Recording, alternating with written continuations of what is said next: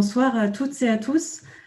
Bienvenue dans le 34e webinaire du CAREP sur le thème Haut pouvoir et territoire au Moyen-Orient. Ce webinaire est le tout premier webinaire du projet Orient que nous démarrons au sein de notre axe écologie politique au CAREP, et je suis heureuse que Myriam Saadé ait accepté la lourde tâche de nous préparer une présentation inaugurale ce soir. Car chacun le sait, l'eau constitue en effet un enjeu majeur pour la région du Moyen-Orient, région qui se situe en plein dans ce fameux axe de la soif qui s'étend du Maroc à Pékin. Selon le groupe d'experts intergouvernemental sur l'évolution du climat, l'Afrique du Nord et le Moyen-Orient souffrent déjà d'une baisse des ressources en eau douce de 2 tiers ces 40 dernières années. D'après les données du FAO, le Maroc serait même en situation de pénurie avec moins de 1000 mètres cubes d'eau potable par habitant et par an.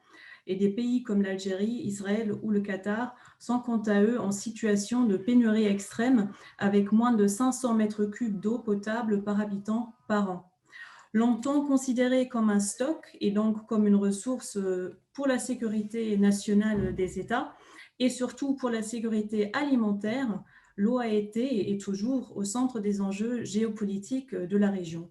Toutefois, considérer l'eau comme un stock dont les États pourraient disposer à leur guise pose en réalité plusieurs problèmes dont je ne mentionnerai que 3 dans cette brève introduction. Je laisserai à Myriam ensuite l'occasion d'en parler plus en détail.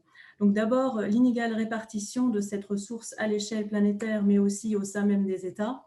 Ensuite, l'enfermement dans une approche étato-centrée de la gestion des ressources hydriques. En effet, la vision du stock géré par l'État occulte totalement les autres usagers de cette ressource et les questions relatives à la tenue foncière et à la tenue de l'eau. Enfin, l'eau n'est pas un stock, mais un flux qui pénètre toutes les activités humaines. Admettre cela permet de porter notre attention plutôt sur les différentes trajectoires que prend cette eau, afin d'interroger dans un premier temps qui en sont les usagers et pour comprendre ensuite comment cette ressource s'insère et forge également des rapports de force politiques à différents niveaux dans les sociétés du Moyen-Orient. Pour nous aider à y voir plus clair dans les relations complexes qui lient l'eau au pouvoir et au territoire au Moyen-Orient, j'accueille donc ce soir Myriam Saadé, chercheuse à l'université Gustave Eiffel. Myriam, je suis très heureuse que vous ayez accepté mon invitation de venir nous éclairer sur ce sujet passionnant. Dans vos travaux, vous interrogez les enjeux de pouvoir relatifs à l'utilisation, la gestion et la représentation des ressources naturelles et particulièrement celle de l'eau. Vous avez aussi publié plusieurs articles sur le sujet, dont notamment l'exploitation des eaux souterraines en Syrie centrale, rupture rhétorique et continuité des pratiques en 2012, et aussi de part et d'autre de la frontière libano-syrienne, mutation de l'agriculture du Haut-Oronte, co-signé avec Pierre Blanc en 2015. Alors pour débuter notre échange, une première question. Comment êtes-vous venu à vous intéresser aux enjeux de l'eau dans la région du Moyen-Orient, Myriam? Alors, bonsoir à tous et à tous merci Isabelle pour cette introduction. Merci beaucoup pour votre intervention, votre invitation à intervenir dans le cadre de ce webinaire. Donc, pour répondre à votre première question, je me suis retrouvée en 2005 en Syrie avec mon diplôme d'ingénieur en poche et une expérience sur notamment des questions d'évaluation environnementale. Et puis, donc à l'époque, la première question que je me posais, c'était portée sur la filière oléicole en Syrie et en particulier dans les régions arides de Syrie, celles qui reçoivent entre 450 et 200 millimètres de pluie par an, avec une interrogation sur les effets environnementaux du développement de l'olivier dans cette zone, et puis en particulier sur les eaux souterraines qui étaient largement considérées comme surexploitées par l'administration syrienne, par les experts syriens, mais également des experts internationaux.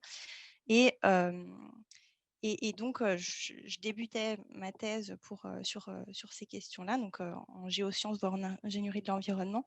Et la thèse a complètement bifurqué quand j'ai commencé à chercher des données sur l'eau et des données sur les eaux souterraines plus particulièrement. Et ce qui est apparu très vite, c'est que d'une part, il était très difficile d'obtenir des informations quantifiées notamment parce que les données étaient considérées comme sensibles en Syrie d'avant 2011, mais d'autre part parce que il existait donc ce discours généralisé de surexploitation des eaux souterraines et de crise de l'eau, associant rareté et pénurie, et qui agissait comme un véritable carcan, empêchant de penser les problèmes de gestion de ressources hydriques autrement que par les mesures coercitives qui étaient prises à ce moment-là en Syrie, et qui finalement se sont révélées relativement contre-productives.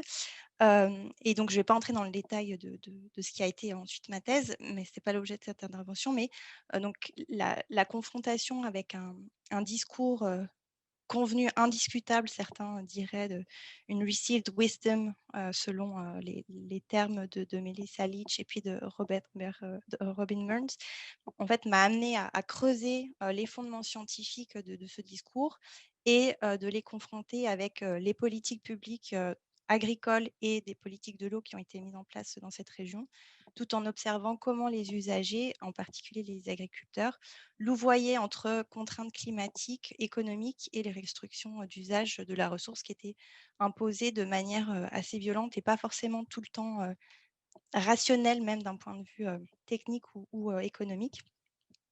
Et donc, voilà, c'est une réflexion que j'ai menée dans le cadre de ma thèse et que j'ai ensuite continuée dans le cadre d'un travail collectif sur le bassin de l'Oronte, avec notamment à l'Institut de hautes études internationales et du développement, avec Ronald Jobert notamment. Voilà pour la petite introduction sur comment j'ai été amenée à travailler sur ces questions. Merci beaucoup, Myriam.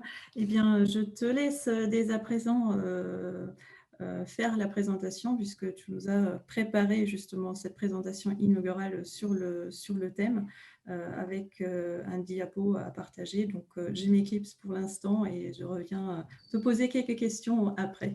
Merci. Très bien. Alors, donc, je vais en effet aujourd'hui parler d'eau, de pouvoir et de territoire au Proche-Orient. Et ce soir, donc, je vais suivre le fil suivant.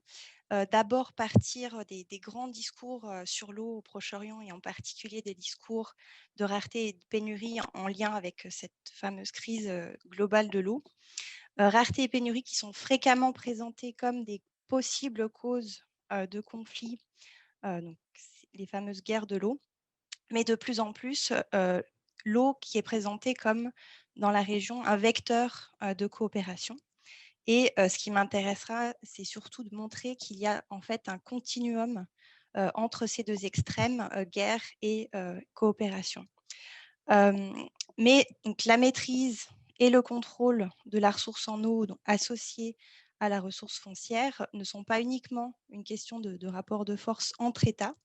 Ils ont été au cœur de la construction des États eux-mêmes, et depuis les indépendances, également au cœur du contrat social passé entre l'État et les populations, donc impliquant également des arrangements, des tolérances, des violences, etc.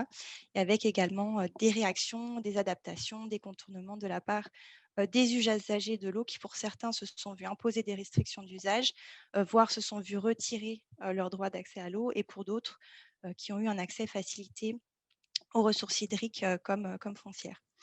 Mais donc, dans une région où l'État est vu comme un acteur incontournable de la gestion de l'eau, donc l'accès, l'utilisation et la gestion de l'eau ont une histoire qui remonte bien avant les indépendances. Et donc, les multiples usagers de l'eau ont également façonné les territoires avant que les États modernes y mettent le nez. Et les périodes d'instabilité politique, voire de conflits armés, présentes ou récentes, sont également intéressantes dans ce sens où elles donnent à voir des transformations d'usage, des reconfigurations d'acteurs et de rapports de force qui se nouent autour de l'eau. Ce qui fait que je vais articuler ces trois parties: guerre de l'eau, point d'interrogation, eau et construction étatique, et eau dans la guerre, donc qui correspondent aussi à trois échelles distinctes. Donc, une première partie sur les questions de rivalité interétatique autour de la ressource, une deuxième partie sur le rôle de l'eau dans la construction étatique et dans le contrat social qui lie les régimes proches moyen-orientaux aux populations qu'ils administrent et contrôlent. Et enfin, une troisième partie qui porte sur l'évolution des arrangements et des modalités de gestion de l'eau à l'échelle locale en contexte incertain, voire de conflits armés. Donc, la première chose sur laquelle je vais revenir avant d'aborder les relations entre eau, pouvoir et territoire, ce sont les grandes représentations qu'on a de l'eau au Proche-Orient et au Moyen-Orient, donc ce sur quoi Isabelle est déjà revenue tout à l'heure. Donc, une première représentation qu'on retrouve souvent en eau, ou la représentation de stress hydrique, comme ce qu'on a ici donc, à l'échelle du globe. Et donc, ce qu'on voit apparaître ici très clairement, c'est cette zone soumise à un stress sévère qui part du Maghreb, englobe le Machrek, une partie de l'Asie centrale, l'Inde et le nord-ouest de la Chine. Donc, c'est une zone qui est également associée à une pénurie physique de l'eau, à différencier de la pénurie économique qui, elle, relève d'un manque d'accessibilité et non pas d'une question quantitative, en fait. Et donc, le Moyen-Orient, donc j'inclus le Proche-Orient dans le Moyen-Orient, fait largement partie de cette zone sous stress hydrique intense, soumise à une pénurie physique de la ressource et qui est liée, bien évidemment, à des conditions d'aridité climatique. Donc, je ne vais pas revenir ici sur les enjeux politiques de cette représentation, parce que cette représentation également est aussi porteuse d'enjeux. Mais ce qui m'intéresse ici, c'est que ce type de représentation alimente aussi l'idée d'une crise constante et passablement insoluble, une crise de l'eau. Et ce d'autant qu'à partir des années 70 et 80 se développe l'idée que la disponibilité physique en eau peut limiter le développement économique de ces régions et susciter des tensions internationales. Et donc, c'est une idée qui est notamment au cœur de deux ouvrages fondateurs de la crise globale de l'eau qui datent des années 90, dont l'historique a été largement analysé, notamment par Jamie Linton.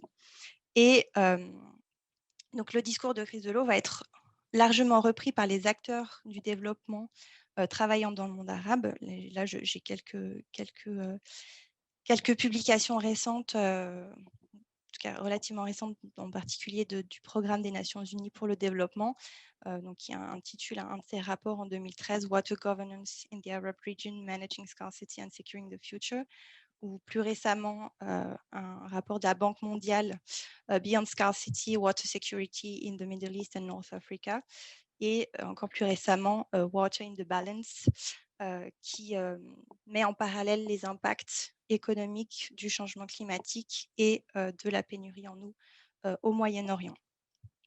Donc, comme j'ai dit, il y a des préoccupations croissantes à partir des années 80 quant aux disputes qui pourraient émerger autour du partage de l'eau, donc en particulier au Moyen-Orient. Et donc, ce sont les fameuses guerres de l'eau, qui est une expression employée pour la première fois en 91, en pleine guerre du Golfe, par analogie avec les ressources pétrolières. Et la théorie sous-jacente, c'est que du fait de la rareté de la ressource en eau, il n'est pas possible de satisfaire les besoins futurs des pays du Proche-Orient, ce qui à terme engendre des tensions autour du partage de ces ressources et les potentielles guerres. Donc, c'est une théorie qui a été très populaire dans les années 90 et 2000, qui a été largement reprise par différentes personnalités, Boutros Boutros-Ghali, mais également Ismail Serageldine en 95, donc qui était alors vice-président de la Banque mondiale, également Kofi Annan en 2001, secrétaire général des Nations Unies.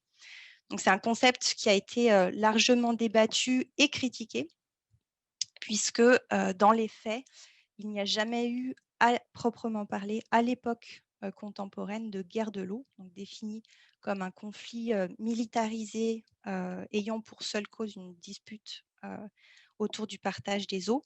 Et c'est notamment ce qui avait été mis en évidence dans une étude publiée à la fin des années 90 par Aaron Wolf. Et donc Aaron Wolf, ce qu'il a fait, c'est qu'il a étudié 260 bassins versants, 261 pour être précise. Et il a conclu qu'au cours du XXe siècle, aucune guerre de l'eau n'avait eu lieu et que la seule guerre de l'eau identifiée remonte à l'époque sumérienne, donc il y a 4500 ans, et concerne un conflit entre les cités-États de Lagash et de Homa pour l'exploitation de canaux le long du Tigre. Donc, il y a donc 250 ans, 2500 ans pardon, avant Jésus-Christ. Mais que, donc, à la période contemporaine, au XXe siècle, il n'y a pas à proprement parler de guerre de l'eau. Wolf identifie 7 incidents militaires, mais n'ayant pas mené à une escalade, et à l'inverse, 145 traités signés entre pays riverains. Et donc, c'est sur ce point-là, donc l'eau comme moyen de coopération, qui a actuellement un regain d'intérêt. Donc, c'est sur l'eau comme vecteur de coopération entre États que se sont notamment penchés récemment certains chercheurs, par exemple sur le Tigre et l'Euphrate. Je pense à Marwa Daoudi ou Ezigul Kibaroglu. Et c'est également cette approche qui est promue à travers l'hydrodiplomatie, qui considère l'eau comme un facteur d'amélioration des relations diplomatiques, voire de promotion de la paix, avec un certain nombre de projets, comme par exemple le projet Blue Peace, qui a été en partie financé par la coopération suisse et la coopération suédoise, et donc qui a visé à la mise en place de contacts bilatéraux et multilatéraux entre acteurs du Proche-Orient, notamment autour de consultations sur la question de la gestion intégrée ou durable des eaux de la région, et plus particulièrement sur les fleuves transfrontaliers que sont le Nil, le Tigre, l'Euphrate, l'Oronte ou encore le Jourdain. Donc, guerre de l'eau d'un côté, nexus eau et paix de l'autre. Dans les faits, ce qu'on observe, c'est qu'il existe tout un spectre de conflits d'intensités différentes qui se nouent autour de l'eau. Et c'est sur ces différentes intensités de conflits ou de tensions que repose l'approche proposée par Zeytoun et Warner, qui est l'approche dite de l'hydrohégémonie. Donc, Zeytoun et Warner, eux, ils considèrent que les conflits existent selon des intensités variables, allant donc du conflit militarisé à la coopération ou à la paix durable. Et ces conflits s'expliquent par des asymétries de pouvoir entre pays riverains qui se partagent les ressources, sachant qu'une situation de coopération peut également illustrer une forme silencieuse de domination. Et le conflit ici s'apparente au concept de violence hydraulique, donc qui est défini par Pierre Blanc, qui est une situation dans laquelle un acteur, qui est ici l'État hégémonique, du fait d'un rapport de force qui lui est favorable, impose une répartition ou une allocation de la ressource hydrique qui peut être défavorable à un autre acteur. C'est par exemple le cas d'Israël, qui est l'hégémon dans le bassin du Jourdain. Donc, je vais prendre un exemple. Je vais prendre l'exemple du Nil que tout le monde connaît très bien. Donc, le Nil, avec ses 6800 km, est, avec le fleuve Amazon, le plus long fleuve du monde. 40% de la population africaine vit dans son bassin d'alimentation. Donc, le Nil a 2 affluents, le Nil blanc et le Nil bleu, ce dernier prenant sa source en Éthiopie. Et donc, Nil bleu, Nil blanc se rejoignent au niveau de la capitale soudanaise de Khartoum et traversent ensuite l'Égypte pour rejoindre la Méditerranée au nord. Et là, donc, il y a un paradoxe parce que l'Égypte utilise la majorité des volumes d'eau exploités dans le bassin. Mais par contre, l'alimentation en eau du fleuve vient majoritairement de la partie amont, et en particulier du Nil bleu qui fournit environ, en tout cas plus de 85% du débit nilotique. Et donc, le Nil, l'Égypte est fortement dépendante du Nil pour sa production électrique, mais également pour son économie agricole qui repose sur l'irrigation. Donc, l'Égypte se situe en aval et dépend des pays amont pour son accès aux eaux du Nil. Et jusqu'à récemment, elle avait été en mesure de sécuriser son approvisionnement en eau. Mais la part attribuée à l'Égypte est de plus en plus disputée par d'autres pays riverains et en particulier par l'Éthiopie. Donc l'Égypte a un accès historique aux eaux du Nil et une longue tradition de négociations plus ou moins musclées de traités visant à fixer ses droits. D'abord avec la puissance coloniale britannique, puis avec le Soudan et enfin avec les pays amont, donc l'Éthiopie, le Kenya, l'Ouganda, le Burundi, le Rwanda, la Tanzanie.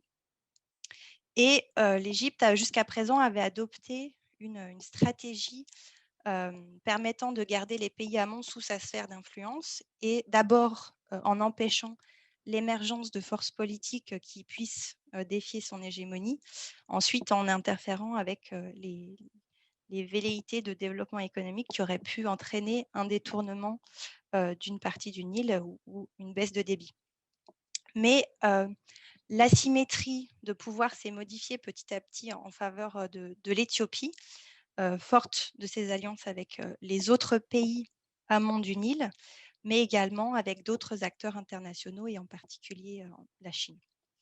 Et ce renversement du rapport de force s'est notamment manifesté à travers la construction du barrage Grand Renaissance à partir de 2011, donc sur le Nil bleu, qui est un barrage hydroélectrique, donc sans vocation d'irrigation, mais dont le remplissage fait craindre aux pays aval et notamment à l'Égypte une réduction temporaire du débit du Nil.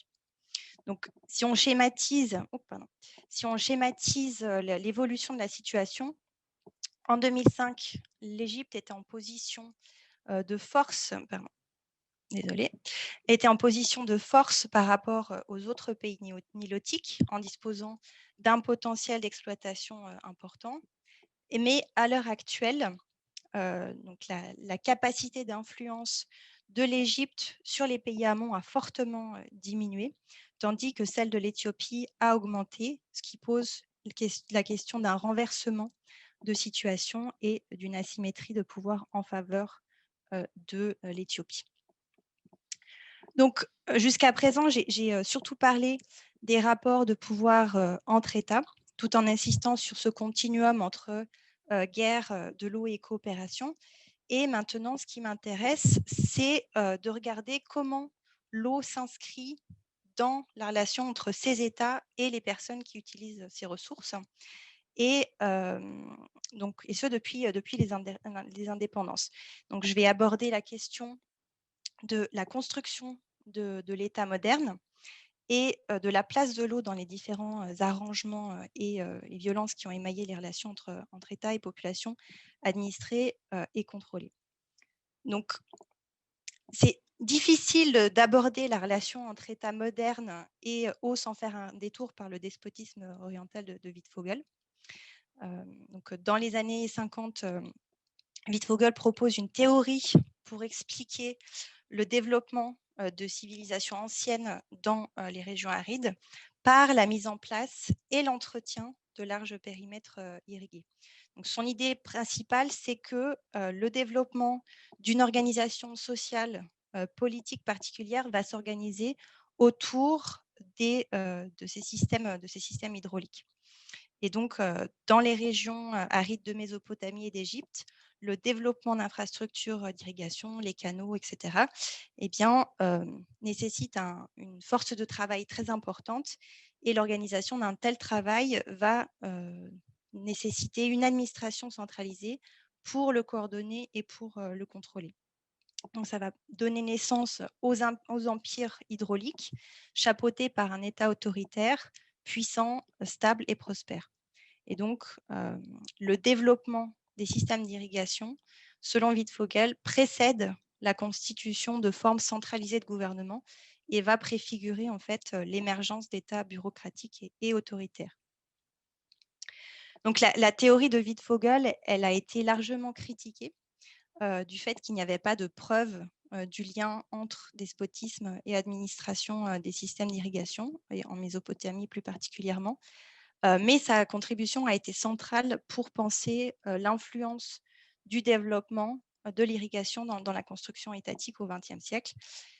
Parce que ce qu'il faut savoir, c'est que l'irrigation a connu un développement sans précédent à partir des années 50, au moment des indépendances, du fait d'une part d'une forte croissance démographique qui a entraîné une augmentation de la demande alimentaire, et d'autre part du fait de la disponibilité de technologies de pompage, de forage, etc., qui vont participer à la fameuse révolution verte, donc à l'intensification de l'agriculture.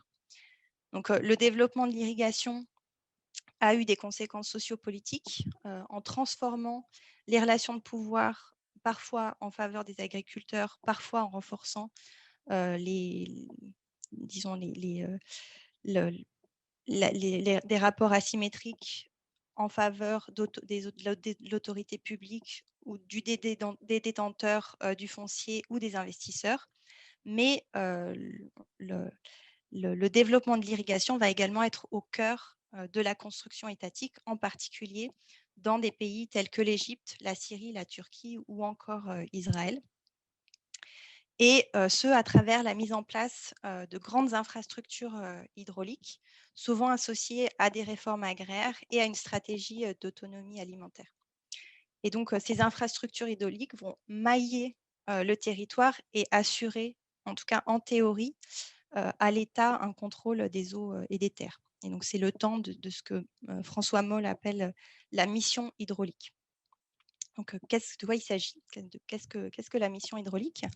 Donc, c'est une stratégie des États qui est mise en œuvre au cours des 150 dernières années, qui a été déclenchée dans les pays dits développés à la suite de la révolution industrielle et qui s'est renforcée dans les pays du Sud après la Deuxième Guerre mondiale et plus particulièrement pendant la guerre froide, après une phase d'initiation par les puissances coloniales.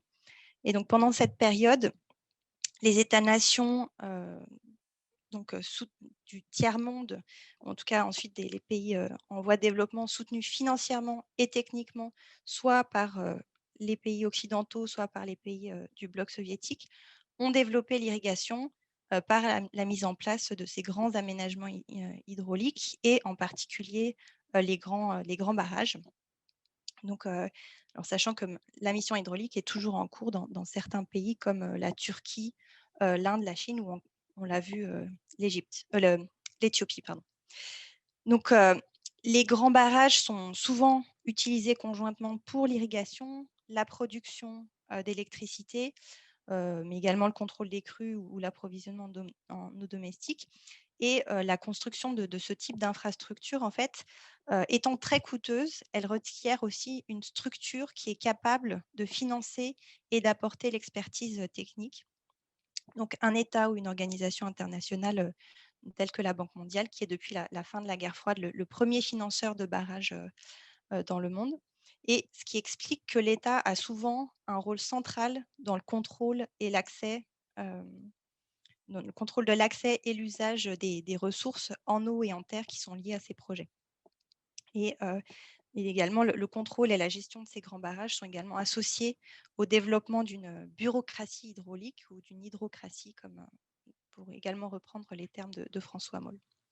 Et donc, un exemple classique de grands aménagements hydrauliques, c'est le projet GAP en Turquie, qui a été lancé dans les années en 1980, avec pour objectif l'irrigation d'1,8 million d'hectares. Et donc, c'est un projet qui a impliqué la construction de barrages sur le Tigre et l'Euphrate, dont le grand barrage Atatürk, et donc qui est un projet hautement symbolique et fortement lié au pouvoir politique, avec l'association des grandes figures nationales, voilà, en particulier le fondateur de la République de Turquie. Donc, la mission hydraulique a porté sur l'aménagement des fleuves et des rivières, donc sur les eaux de surface.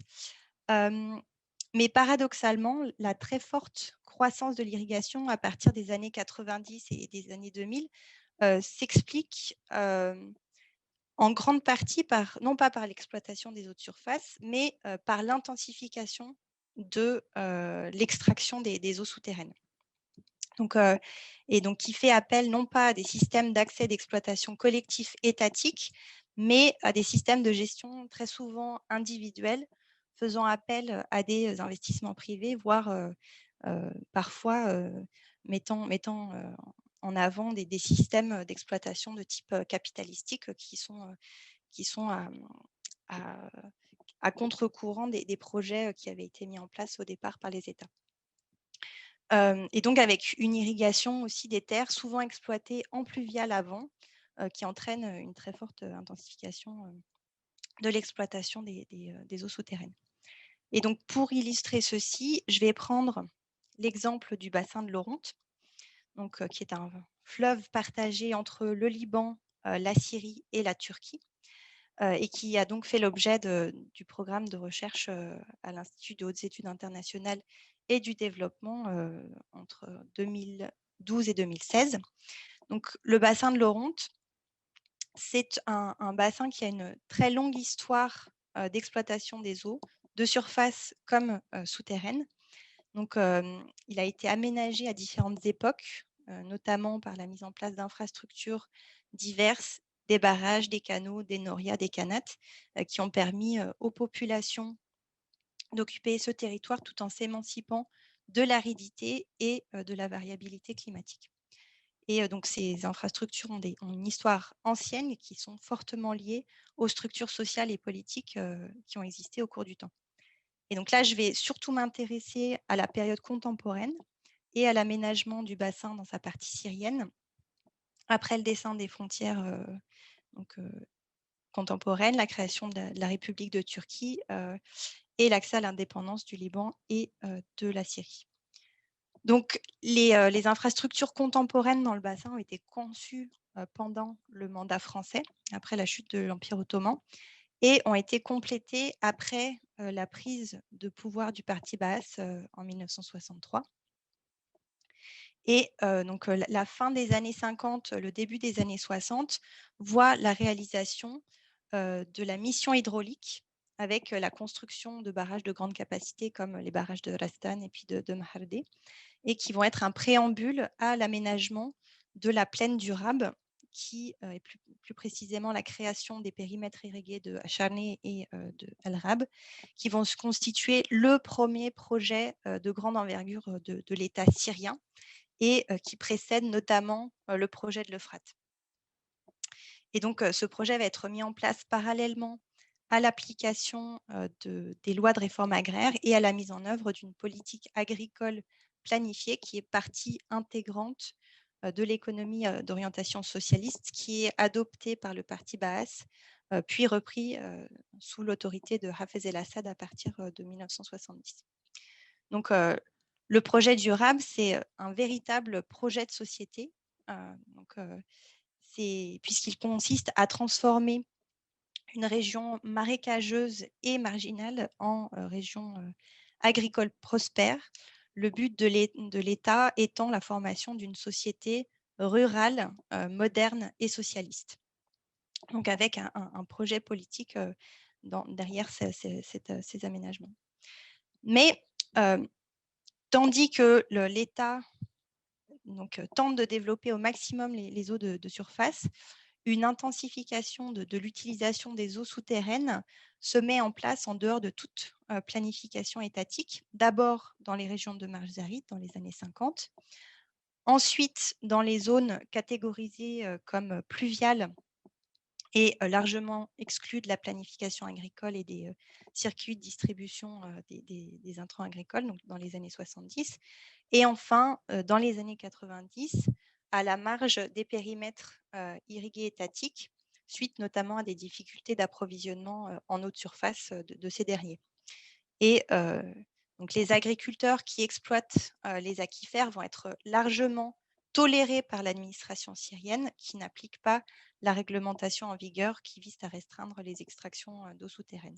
Donc il y a vraiment la mise en place d'un système agricole dual avec d'une part un système planifié sur la base de réseaux d'irrigation qui sont gérés collectivement par l'État et un système toléré qui est en pleine expansion, qui lui, se fonde en fait sur des systèmes de gestion individuelle à partir des eaux souterraines.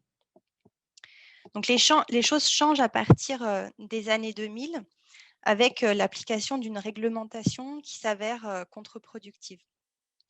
Et ce qui apparaît à la veille du conflit syrien, c'est une triple crise dans cette région, liée d'une part à la faillite de l'approvisionnement en eau de surface du fait d'un surdimensionnement des réseaux d'irrigation collectifs et des systèmes individuels, combiné à cette législation contre-productive.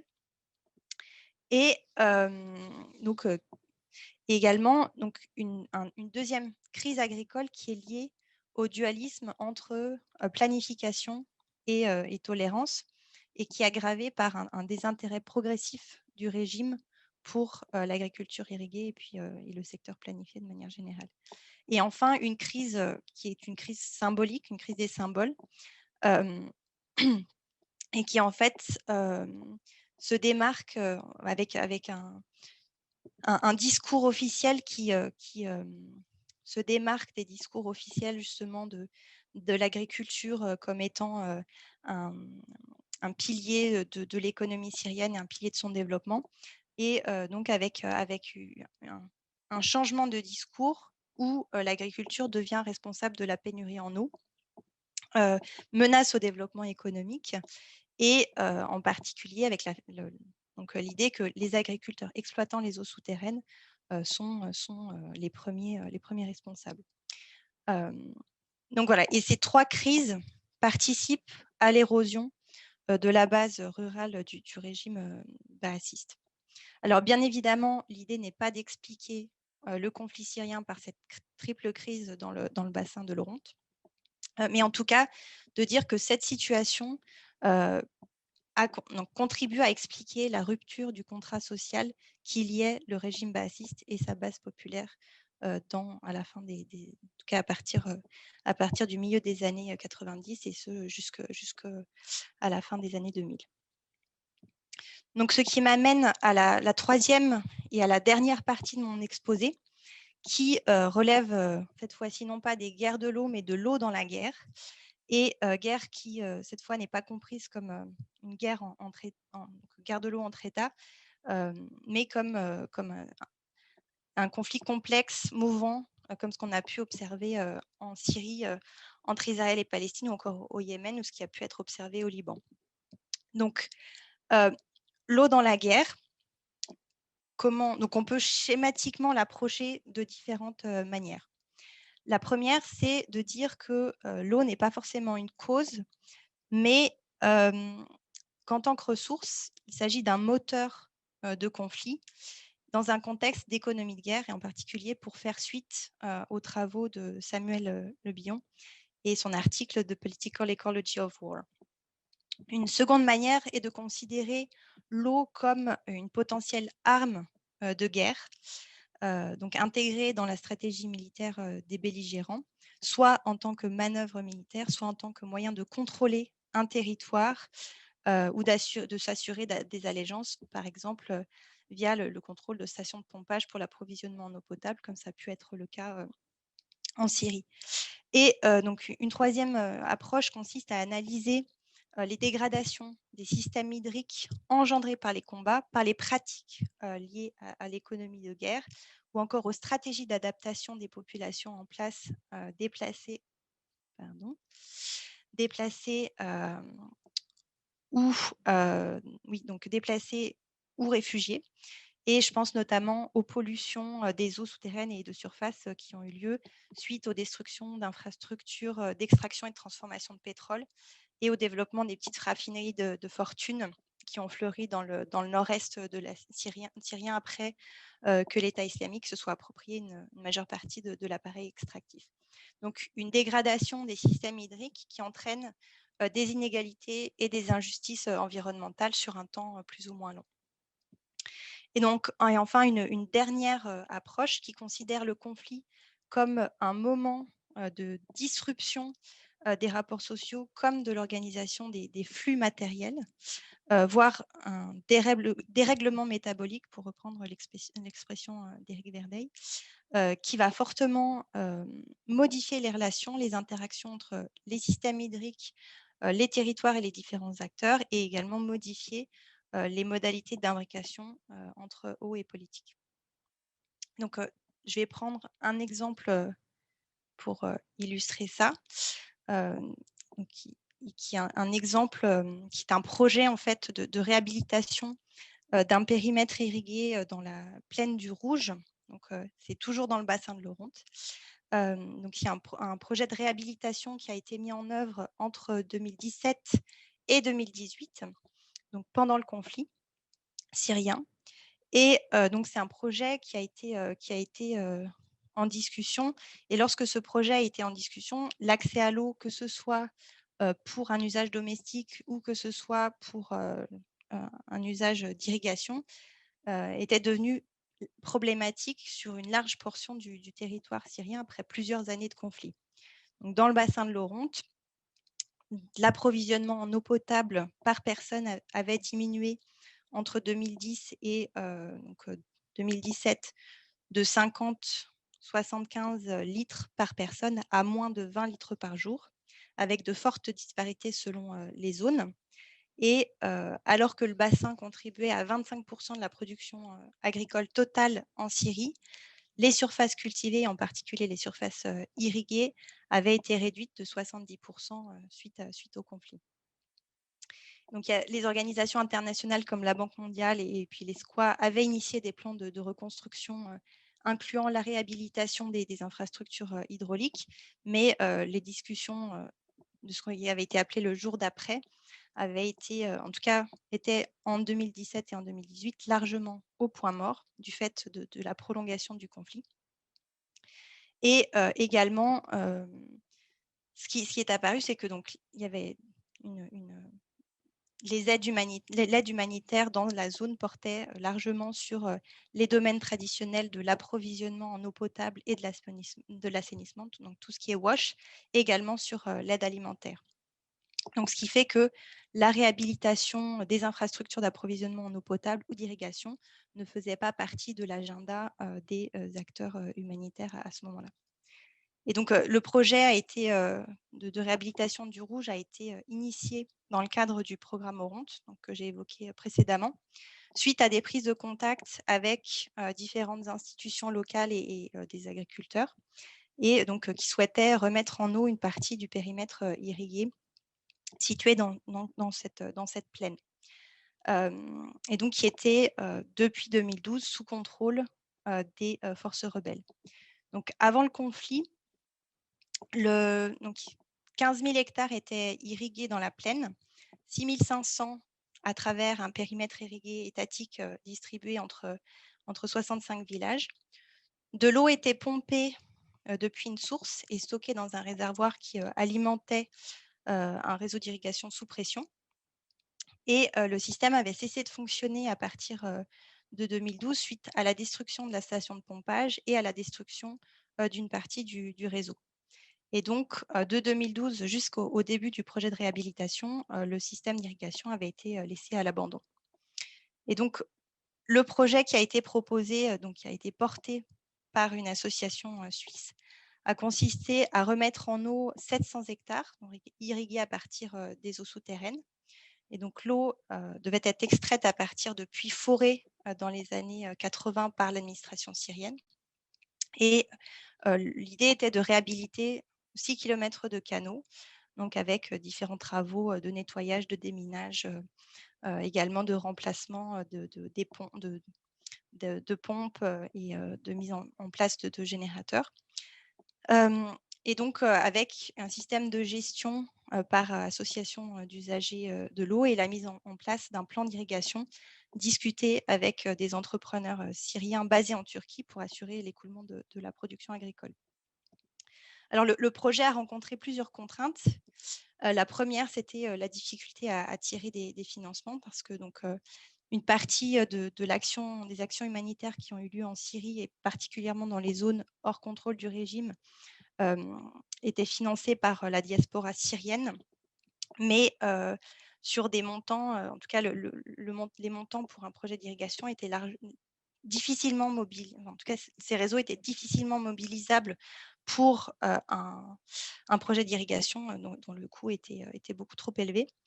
Et pour ce qui était d'un financement par les agences bilatérales ou multilatérales, le projet posait problème du fait du contrôle de la zone par une milice armée.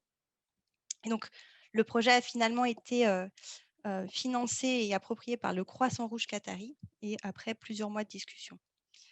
Mais la mise en œuvre du projet a de nouveau été repoussée du fait d'une seconde contrainte, puisque le groupe armé qui contrôlait la région a essayé de mettre la main dessus, et ce qui a entraîné des négociations indirectes entre l'association suisse et le groupe, via notamment la médiation de différentes personnalités locales, et ce qui a duré plusieurs mois. Et les négociations ont finalement pris fin suite à l'intervention de la Turquie en Syrie du Nord en août 2017, et en particulier suite aux accords d'Astana entre la Turquie, la Russie et l'Iran. Et donc les troupes turques, à ce moment-là, après l'accord d'Astana, prennent position dans la zone, et ce qui a contribué à affaiblir l'influence de la milice, et donc ce qui a laissé plus de marge de manœuvre en fait, pour mettre en œuvre le projet. Donc, la réalisation du projet, finalement, elle a été rendue possible par des circonstances géopolitiques. Elle a permis une remise en eau des canaux, un redémarrage de l'activité agricole irriguée, mais elle a également changé la perception qu'avaient les usagers et la population locale de l'aménagement hydraulique et du réseau d'irrigation. Parce qu'avant le conflit, les agriculteurs et les villageois en général considéraient que le système d'irrigation appartenait à l'État syrien, parce qu'il était géré et contrôlé par l'administration. Et cette idée a prévalu pendant le conflit, alors que la zone n'était plus sous contrôle du régime, et ce, jusqu'à l'initiation du projet.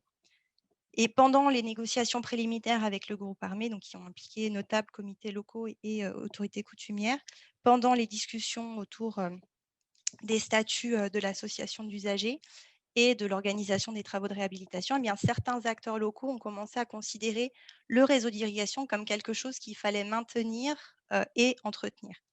Et donc, il y a eu un changement de perception sur justement ces infrastructures hydrauliques et plus largement sur l'action collective, avec l'émergence d'un sentiment pas tant de propriété, mais d'appartenance de ces infrastructures à une collectivité.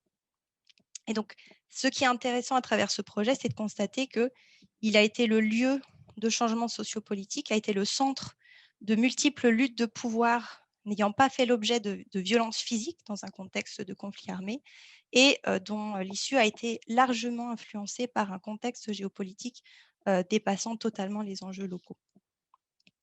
Et donc, je vais conclure, voilà, en tout cas, je vais conclure sur cet exemple que je trouve intéressant, parce qu'il reprend différentes dimensions évoquées précédemment aux échelles supranationales et nationales.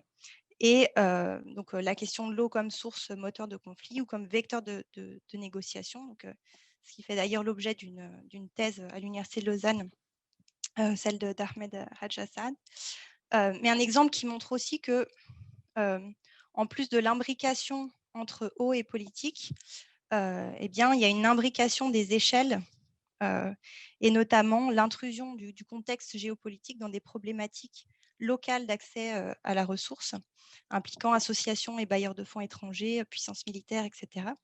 Ce qui fait que, voilà, pour aller des guerres à l'eau dans la guerre, nous sommes d'abord passés par l'international, puis par le national, le local, pour revenir à l'international. Je vous remercie de votre attention. Merci à toi, Myriam, pour ton exposé très riche et qui soulève effectivement un certain nombre de questions. Je me permets de revenir sur ce concept de guerre de l'eau qui, malheureusement, lorsqu'on ouvre la presse, hein, c'est un concept qui a encore parfois le vent en poupe. Tu nous as parlé de l'Égypte et notamment il y a très peu de temps, on a encore pu lire, dans différents journaux que, une future guerre serait possible entre l'Égypte et l'Éthiopie au sujet du barrage. Donc ma question là pour toi, c'est comment en fait sortir, de ce discours, de guerre alors que toutes les statistiques et toutes les recherches scientifiques nous montrent en fait que ce discours-là ou ce concept-là n'a pas de sens en fait. Oui, alors je pense que je reviens aussi un peu sur oui, il y a le concept, les grands concepts, hein, ont la vie dure. Les guerres de l'eau, c'est un cas. Je pense aussi à la crise globale de l'eau. On est sur des thématiques qui sont assez vendeuses et qui sont aussi fédératrices, mais qui, en fait, mis à l'épreuve des faits, ne tiennent en effet pas la route. Je pense que un des éléments, c'est en tout cas de regarder plus en détail quelles sont effectivement les démarches mises en œuvre pour négocier sur le plan politique et technique la question des répartitions de la ressource. Et je pense aussi, quand on discute de ces questions de guerre de l'eau, et puis en particulier sur l'Égypte, de revenir un peu aux fondamentaux, de quoi est-ce qu'on parle typiquement. En tout cas, je sais que pour l'Égypte, il y avait eu des annonces un peu tonitruantes, mais qui finalement, quand on regarde ce qui se passe, typiquement, voilà, le barrage Grand Renaissance, la question, ce n'est pas une diminution en tout cas de l'allocation à l'Égypte sur le long terme, c'est une diminution de potentiel du débit pendant la phase de remplissage du barrage. Donc, je pense qu'une une des manières de faire, c'est en effet d'avoir cette approche plus nuancée. Et d'une part, en disant, voilà, on est sur des questions. C'est pour ça que moi, j'aimais beaucoup l'approche d'hydrohégémonie de Werner Zeitoun, et de se dire, voilà, quand on parle de conflit, de quoi parle-t-on? De quelle intensité parle-t-on? Quelle est la place de la négociation là-dedans, etc. Donc, je pense, voilà, d'avoir une approche plus nuancée sur ce qu'on appelle un conflit et sur le fait qu'on peut se retrouver dans des situations d'intensité de conflit différentes. Merci beaucoup Myriam. Est-ce que je peux te demander juste d'arrêter le partage d'écran pour Ah que oui, bien je sûr. puisse te voir également? Voilà, donc pendant ton exposé, en fait, on a beaucoup parlé d'agriculture finalement, où Oui, finalement, on est revenu souvent sur la politique agricole de la Syrie, mais aussi de l'Égypte. Et finalement, il y a quand même une prédominance en fait entre l'eau, le pouvoir et l'agriculture. Est-ce que tu pourrais éventuellement revenir un peu aussi sur cette période pendant laquelle beaucoup de pays du Moyen-Orient, en fait, fortement subsidiarisaient l'agriculture et une agriculture, on va dire, à l'échelle massive et étatique. donc, hop, alors, attendez. Donc la partie des indépendances, et puis oui. Donc alors c'est clair que la, le- donc, la question de l'autonomie alimentaire dans la construction des États est vraiment assez fondamentale. Donc ça, c'est une première chose, mais pas uniquement. En fait, donc, il y a plusieurs éléments qui expliquent que l'irrigation soit en fait partie d'une stratégie de construction étatique. Donc, il y a la question de l'autonomie alimentaire, mais aussi le fait que les États, quand ils se sont construits, se sont construits souvent sur la base et en rupture avec une société très souvent féodale. En tout cas, c'était le cas en Syrie, c'était le cas au Liban, c'était le cas en Égypte, avec la présence de très grands propriétaires, très souvent absentéistes, très souvent urbains, euh, et une paysannerie qui très souvent également qui était dépossédée de la propriété foncière. Donc, il y a eu aussi un effort pour casser le pouvoir des féodaux et des grands propriétaires terriens et pour pouvoir asseoir en tout cas le pouvoir de l'État moderne. Et donc, donc c'est pour ça qu'il y a eu toute une série également de réformes agraires. Ça a été le cas en Syrie, euh, ça a été le cas en Égypte, qui avait déjà été en fait discuté en tout cas, qui avait déjà été mis en place. Les fondements, en tout cas, avaient été mis en place par les autorités coloniales, enfin l'autorité mandataire en Syrie-Liban, etc. Et puis côté donc, des efforts pour fixer les droits de propriété, mais qui étaient aussi une manière de récupérer le pouvoir et puis de casser le pouvoir des grands propriétaires fonciers. Et donc, l'irrigation, elle se met en place aussi sur la base de ce contrat social entre les États modernes et une paysannerie qui, en fait, est une nouvelle paysannerie qui a récupéré un certain nombre de droits fonciers, en fait. Mm. Est-ce que, pour revenir un peu aussi à la question en fait, du rôle des organisations internationales dans tout cela, euh, je me demande quel rôle incombe en fait aux politiques des organisations internationales dans cette mauvaise gestion de l'eau. Est-ce qu'il ne faut pas aussi interroger quelque part cette politique néolibérale en matière foncière, en matière d'irrigation, ainsi que le rôle en fait de la mondialisation des forces socio-économiques qui la propulsent? Alors, donc, il y a alors déjà, les différentes organisations internationales n'ont pas forcément les mêmes modèles en tête. Donc, si on est la Banque mondiale, voilà, elle a un modèle néolibéral qui est très clair, en tout cas sur toute la partie gestion de l'eau. Elle suit les principes de Dublin qui considère que l'eau est un bien économique, qu'il faut donc une gestion participative des ressources, mais qui répondent en fait à une rationalité économique, donc que les décisions doivent être basées sur une, un- une répartition, une allocation des ressources répondant en fait à la meilleure efficacité économique de l'eau et puis pas forcément la meilleure efficacité technique. Après, justement, d'autres organisations internationales comme la FAO n'ont pas forcément les mêmes approches. Après, ce que je dirais, c'est que le problème, c'est l'application de modèles qui ont été définis dans certaines arènes développementalistes, etc., et que l'on veut appliquer partout.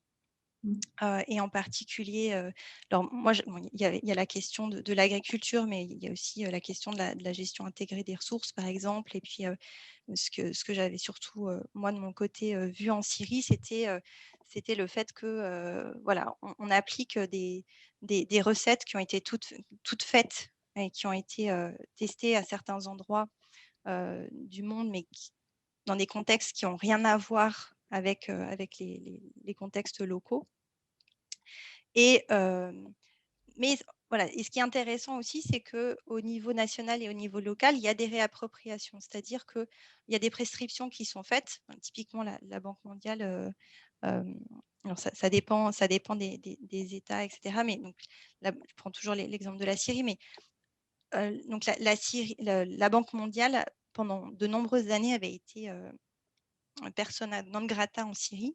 Et donc, elle est revenue en Syrie au début des années 2000. Et donc, avec notamment toute une étude sur les enjeux de gestion de l'eau et ce qui a été, donc ce qu'elle a préconisé. Donc, le premier, c'est à partir de là, en fait, donc, elle a fait une grosse étude sur le secteur de l'irrigation en Syrie.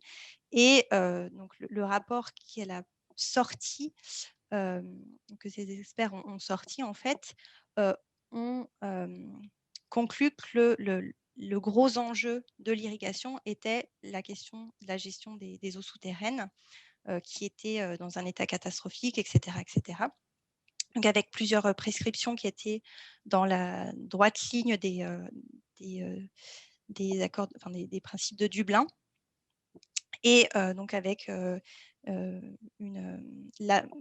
comme recommandation principale l'abandon notamment du soutien aux prix agricoles, ce qui était en fait une des mesures phares de la planification agricole en Syrie. Et disons que voilà, donc il y a eu un certain nombre de prescriptions. Et puis, mais finalement, dans dans les mesures qui ont été ensuite adoptées par l'État syrien, les mesures, enfin, l'adoption s'est faite de manière partielle, c'est-à-dire l'État a pris les mesures qui l'arrangeaient et puis a laissé de côté ceux qui l'arrangeaient pas, en fait. Donc, mais c'est vrai que ça dépend aussi de la capacité de l'État à, en tout cas, se réapproprier ces mesures et puis ces règles d'action, quoi. Et comment vois-tu en fait les réponses qui aujourd'hui émergent en termes d'ingénierie face à cette pénurie d'eau ou face à des nappes phréatiques complètement vides? Souvent, enfin, plusieurs pays, en tout cas dans la région, ils ont tendance aujourd'hui d'aller vers des réponses plutôt infrastructurelles, hein. Je pense notamment aux usines de dessalement qui explosent en fait dans la région. Je pense aussi à des constructions de type barrage, mais aussi de canaux de déviation. C'est la solution ou c'est juste des ficelles?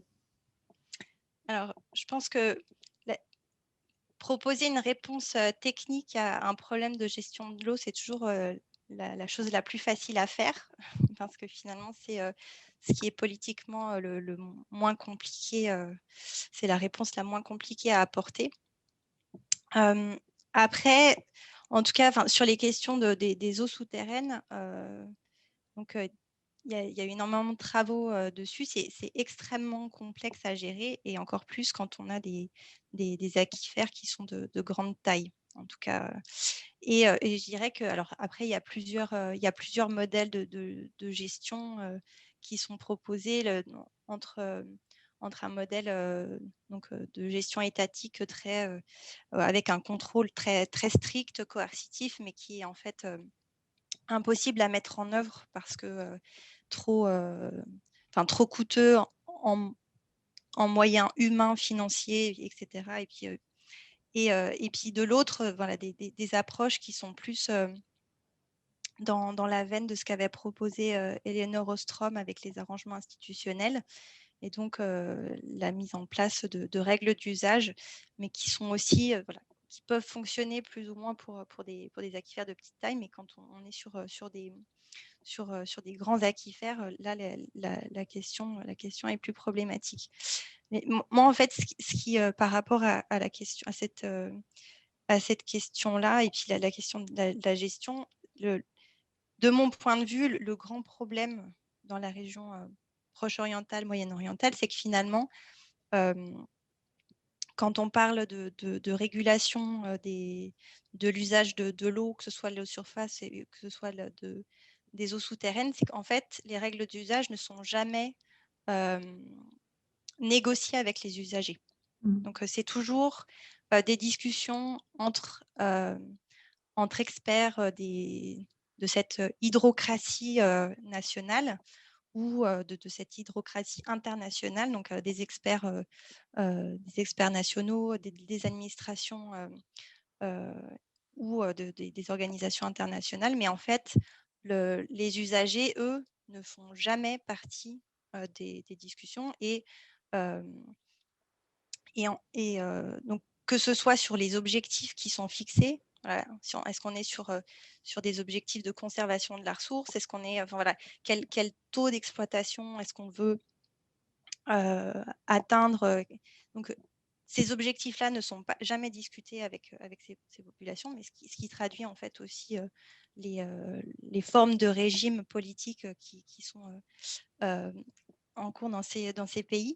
Donc, pas de négociation sur les objectifs de gestion, pas de négociation sur les moyens à mettre en œuvre pour atteindre ces objectifs, ce qui fait qu'en termes d'acceptation et puis oui, d'acceptation des mesures, des règles de gestion, on est forcément dans des stratégies d'évitement, de contournement. Merci beaucoup, Myriam. Il y a beaucoup de questions, donc je vais commencer à les prendre. Il y a Priscilla Beauvais qui te remercie pour ta présentation et il demande si tu peux revenir sur un point méthodologique concernant le dernier projet évoqué en Syrie. Comment avez-vous suivi le projet? Y avez-vous pris part? Et quelles sources avez-vous trouvées? Pour quel terrain? Ça fait plusieurs questions. Alors, donc pour le projet de réhabilitation du Rouge, alors oui, donc certains, dans l'équipe du projet Oronte, certains étaient impliqués. Parce que le programme Oronte, c'est un programme qui a été mis en place entre 2012 et 2016 et qui était au départ un programme de recherche qui était financé par la coopération suisse et qui avait pour objectif, sur le bassin de l'Oronte, de réfléchir aux questions de gestion concertée de la ressource partagée. Et ensuite, donc, il y avait un objectif scientifique de compréhension de ces enjeux. Et puis, il y avait aussi un objectif plus opérationnel de constitution d'un réseau d'experts qui puissent ensuite être mobilisés sur des questions de négociation pour des questions de gestion concertée. Et donc, le projet a évolué aussi fortement du fait que la situation en Syrie s'était fortement dégradée. Et donc, il y a une partie du projet qui a porté sur le suivi de la situation en Syrie, et notamment la dégradation de l'accès à l'eau, que ce soit pour l'eau potable ou que ce soit pour l'irrigation. Et donc, ce qui a mené aussi à l'identification d'un certain nombre de projets opérationnels qui pouvaient ensuite faire l'objet de financement par, différents bailleurs potentiels. Et donc, à l'équipe académique, avait aussi été associée cette association suisse GeoExpertise qui, pour le coup, a pris part dans un certain nombre d'identification de projets, et en particulier dans le projet du Rouge qui donc a été mené à bien avec le Croissant Rouge qatari. Donc, il n'y a pas eu de présence sur le terrain. Par contre, énormément d'échanges avec les gens sur place. Également des rencontres du côté en Turquie, dans la région du Hatay et tout, qui est un peu la zone de rencontre des personnes qui travaillent sur les questions humanitaires dans les régions qui étaient alors qui n'étaient pas sous contrôle du régime. Mais donc, ça a été pour la collecte d'informations, des remontées d'informations par les personnes qui étaient sur place, et ensuite un travail avec des personnes rencontrées en Turquie, et puis également des échanges, bien évidemment, à travers les réseaux sociaux qui ont été une ressource très importante. Merci Myriam. Je continue avec la question de Fatima Khawaja parce qu'elle concerne aussi l'Oronte et elle nous demande si la distribution de l'eau est équitable entre les 3 pays concernés ou est-ce qu'on peut craindre un conflit qui se prépare? Alors, en effet, ça a été au centre d'une partie des discussions hein, du programme sur l'Oronte. Alors, donc il existe actuellement des accords de partage des eaux de l'Oronte entre le Liban et la Syrie, alors, qui a été signé à l'époque où le Liban était occupé par la Syrie. Donc, ce qui fait qu'il y a beaucoup disons, de critiques disant que voilà, l'accord avait été obtenu sous contrainte et que l'accord est clairement en faveur de la Syrie, alors que le Liban aurait pu demander plus. Après, ce qui apparaît, c'est que actuellement, le Liban n'a pas en tout cas, quand on regarde en fait, le cadre d'analyse qui est proposé par Zeytoun et Warner, il y a une partie qui relève de la capacité d'exploitation du pays concerné. Et dans le cadre de l'Oronte, le problème, c'est au Liban la disponibilité en terre qui puisse être irriguée. Donc, en fait, une augmentation de la dotation en eau au Liban serait en fait limitée par le fait qu'il n'y a pas les terres suffisantes, ou en tout cas actuellement, les capacités d'exploitation ne sont pas au niveau de ce qui pourrait être demandé. Après, au niveau de la relation entre la Syrie et la Turquie, ce qui apparaît, c'est que donc il y a eu des négociations donc récemment sur le partage des eaux de l'Oronte, mais en fait le vrai enjeu entre la Syrie et la Turquie, c'était autour de la province de Hatay. Donc, parce que quand il y a eu la création des États de Syrie, etc., donc la province de Hatay a été donnée à la Turquie par les autorités mandataires françaises, et la Syrie, pendant, en tout cas, jusqu'aux années 2000, a revendiqué le rapatriement de la province du Hatay, donc au territoire syrien. Et donc, il y a eu toute une négociation, non pas sur les eaux de l'Oronte, mais sur la portion de territoire en fait qui est actuellement en Turquie. Et donc voilà, donc ce qui fait que il y a eu de très fortes tensions autour de ce qui était le Sandjak d'Alexandrette avant. Et puis en fait, ces tensions se sont réduite quand les relations entre la Turquie et la Syrie se sont améliorées, donc avant le conflit. Et actuellement, voilà, la question ne se pose plus parce que, disons, il y a eu d'autres réconfigurations territoriales entre-temps. Je vais à présent prendre une question de Julie Trottier, que je salue au passage. Elle te demande, donc vous nous dites d'apprécier le modèle d'hydro-hégémonie. Pourtant, ce modèle ne permet pas d'analyse multi-échelle. Vos résultats nous montrent l'importance de cette analyse donc multi-échelle. Vous nous avez montré par exemple l'importance de la négociation entre notables, ONG étrangères, forces d'occupation turques et autorités coutumières pour comprendre le changement d'attitude de la population envers le système d'irrigation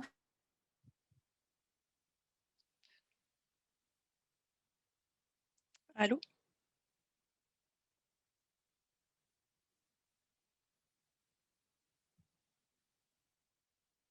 qui explore le rôle de tous les acteurs en place. Alors, j'ai entendu la moitié de la question. J'ai un problème de connexion. Donc, en gros, Julie, elle te demande si ce ne serait pas mieux d'abandonner le concept d'hydrohégémonie pour celui de modèle, enfin pour celui de la constellation hydropolitique, pour explorer mieux en fait le rôle de tous les acteurs en place. Alors, donc, merci beaucoup Julie pour cette question.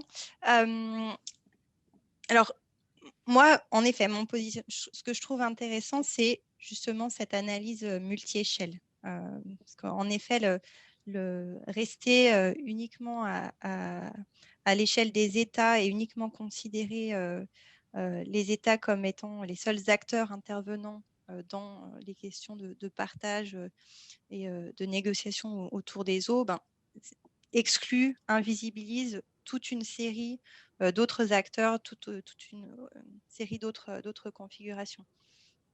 Après, l'idée que j'avais, c'était par rapport à des approches vraiment binaires, donc conflit ou coopération, c'était là où je trouvais l'intérêt de l'approche, c'était justement sur ce versant d'intensité multiple des conflits et puis de ce qu'on pouvait en tirer. Mais c'est vrai que très clairement, c'est relativement réducteur. Et puis, et donc, pour une analyse fine des situations, il faut bien évidemment entrer à des échelles plus fines et puis regarder également les articulations entre les différentes échelles et puis voir comment aussi certains acteurs comment dire, circulent entre ces différentes échelles, si je peux dire ça comme ça. Une question de Charlotte Tagus, elle te remercie et elle dit: vous avez évoqué l'intrusion géopolitique dans les problématiques locales d'accès à l'eau. Pourriez-vous revenir sur ce point à la lumière du rôle que joue un acteur non étatique comme Daesh en Syrie? Oui. Alors, donc,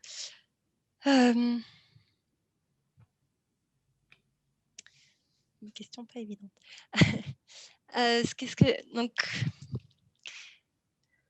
alors, donc, je pense que, alors, moi, c'est vrai que j'ai assez peu regardé les questions, les questions, le rôle de l'État islamique sur les questions d'eau.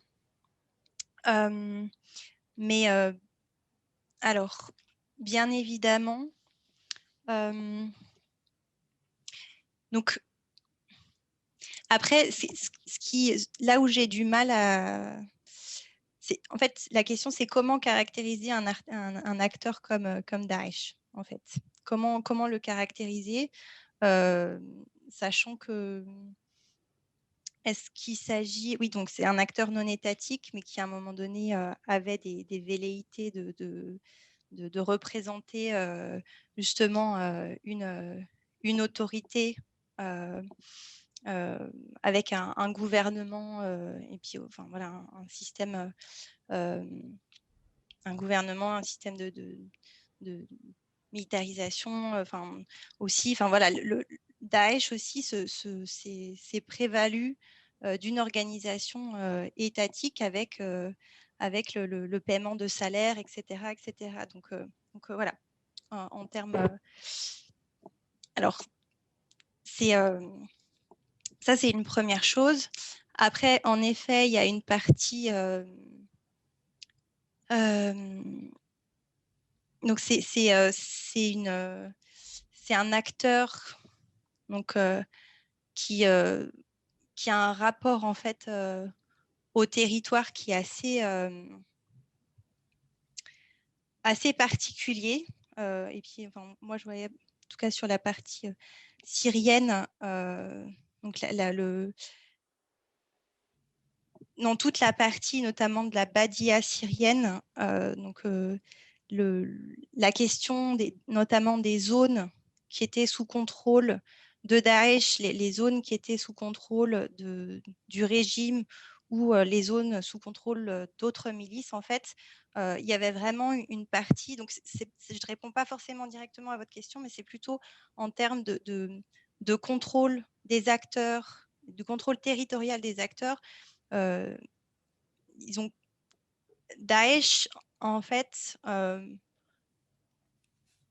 introduit vraiment une notion de flou dans le contrôle territorial qu'on retrouve aussi pour d'autres acteurs, mais qui est vraiment, je dirais, poussé à l'extrême dans son cas. Donc avec oui, vraiment des situations de contrôle flou dont on ne sait pas si certaines zones sont contrôlées par tel acteur ou par tel acteur. Et une dernière question un peu plus facile pour finir en beauté. Il y a une question qui nous est posée par un spectateur qui voudrait savoir si la non prise en considération de la population ne risque pas d'engendrer des révolutions de l'eau. Est-ce qu'on peut parler de cela en Syrie ou est-ce qu'on est plutôt dans du self-help, puisque si on n'a pas d'eau, ben, on creuse son propre puits pour s'approvisionner. Alors, je pense que sur les questions de révolution de l'eau, alors, je ne pense pas forcément. Par contre, la mise en place de stratégies justement de résistance sous toutes les formes, oui, par contre, complètement. Après, et ça, je dirais que c'est pas nouveau et c'est des choses qu'on observe depuis très longtemps sur le terrain. Donc, avec d'une part des stratégies en fait de débrouille quand l'État est absent et quand finalement certaines régions reçoivent des dotations matérielles ou financières et d'autres n'en reçoivent pas. Celles qui n'en reçoivent pas, voilà, les populations se débrouillent pour mettre en place des stratégies, voilà, répondre à des opportunités, etc. Et après, dans la situation, par exemple, où d'arriver, par exemple, de contraintes de type législative, etc., ce qu'on voit vraiment, c'est la mise en place soit de stratégies d'évitement, soit de stratégies, disons, très imaginatives de contournement ou des contraintes législatives ou des contraintes de gestion qui peuvent être appliquées bon, souvent de manière qu'on appelle top-down. Donc non, je ne pense pas en termes de révolution, mais en tout cas plutôt en termes d'adaptation et puis et de résistance très inventive. Voilà. Eh bien, merci beaucoup Myriam pour ton exposé et pour ce tour d'horizon autour de la question de l'eau et des enjeux que cela pose en fait au Moyen-Orient.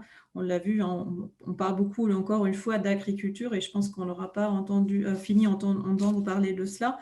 Il y a eu une dernière question à laquelle je vais tout simplement répondre. Ça concernait les ouvrages. Donc, on va s'accorder à ce que Myriam m'envoie les titres des ouvrages auxquels elle a fait référence et on pourra les intégrer au montage. Comme ça, ça sera dans la vidéo qui sera disponible sur notre site. Donc, un grand merci à toi, Myriam, pour ta présentation. J'espère qu'on pourra continuer notre échange sur d'autres plans, sur d'autres projets, évidemment. Pour nos auditeurs ce soir, pour notre public, je vous donne rendez-vous la semaine prochaine, donc à nouveau mardi et pas le jeudi. Donc, le mardi 9 mars. Pour un webinaire avec Gilbert Achard sur le thème « 10 ans après 100 printemps arabes, où va le monde arabe ?» Donc voilà, ça va être donc la semaine prochaine, mardi à nouveau. Eh bien, merci beaucoup. Bonne soirée à toutes et à tous et à bientôt.